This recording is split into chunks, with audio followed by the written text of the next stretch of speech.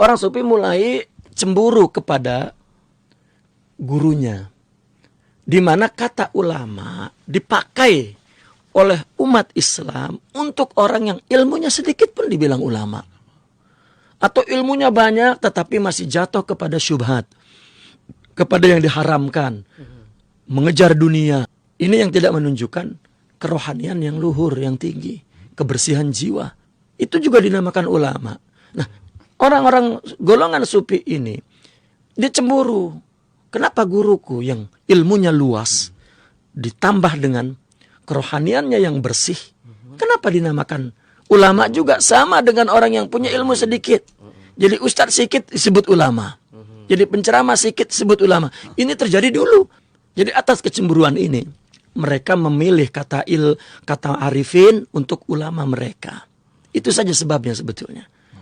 Orang-orang sufi besar berabad-abad menyadari akan perbedaan ini. Namun mereka pun tidak dapat menolak terminologi ini sudah terjadi, sudah jadi, sudah ditulis di dalam buku-buku oleh seluruh ulama. Ketika menulis tentang terminologi-terminologi, maka kata arifin itu mesti lebih tinggi daripada kata ulama. Sehingga kata ilmu dan makrifat. Jadi makrifat itu jadi lebih tinggi dibanding kata ilmu. Orang yang punya makrifat disebut arifin, orang yang punya ilmu disebut ulama. Namun ada yang perlu digarisbawahi di sini, bahwa orang sufi menamakan gurunya itu dengan arifin bukan berarti tidak punya ilmu. Diletakkan kata arifin apabila mereka punya ilmu syariah yang luas dan dia bertasawuf, katakan begitu.